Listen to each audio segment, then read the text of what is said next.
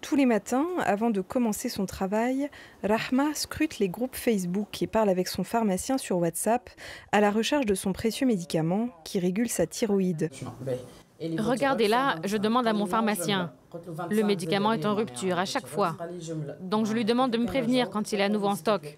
Elle doit vivre avec cette pénurie ponctuelle qui affecte souvent son quotidien. Un dérèglement de la thyroïde génère des troubles de l'humeur et des excès de fatigue. Quand c'est disponible, je prends des paquets en plus pour avoir un petit stock, comme ça je ne serai pas en panne, etc.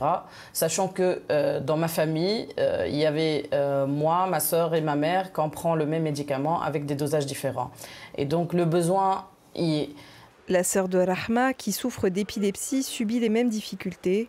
Ces médicaments importés d'Europe n'ont pas d'équivalent en Tunisie, comme 90% des produits actuellement en rupture, d'après les chiffres du syndicat des pharmaciens.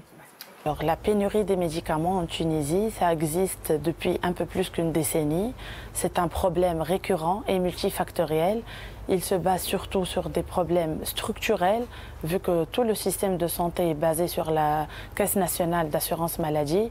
Il y a des problèmes financiers et des problèmes organisationnels. On peut citer l'endettement de la pharmacie centrale auprès des fournisseurs internationaux.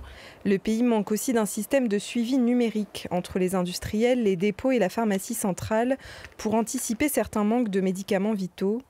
Pour le moment, les médecins tentent de s'adapter.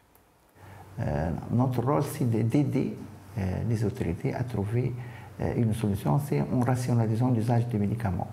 Il y a des recommandations qui sont nationales ou internationales à respecter.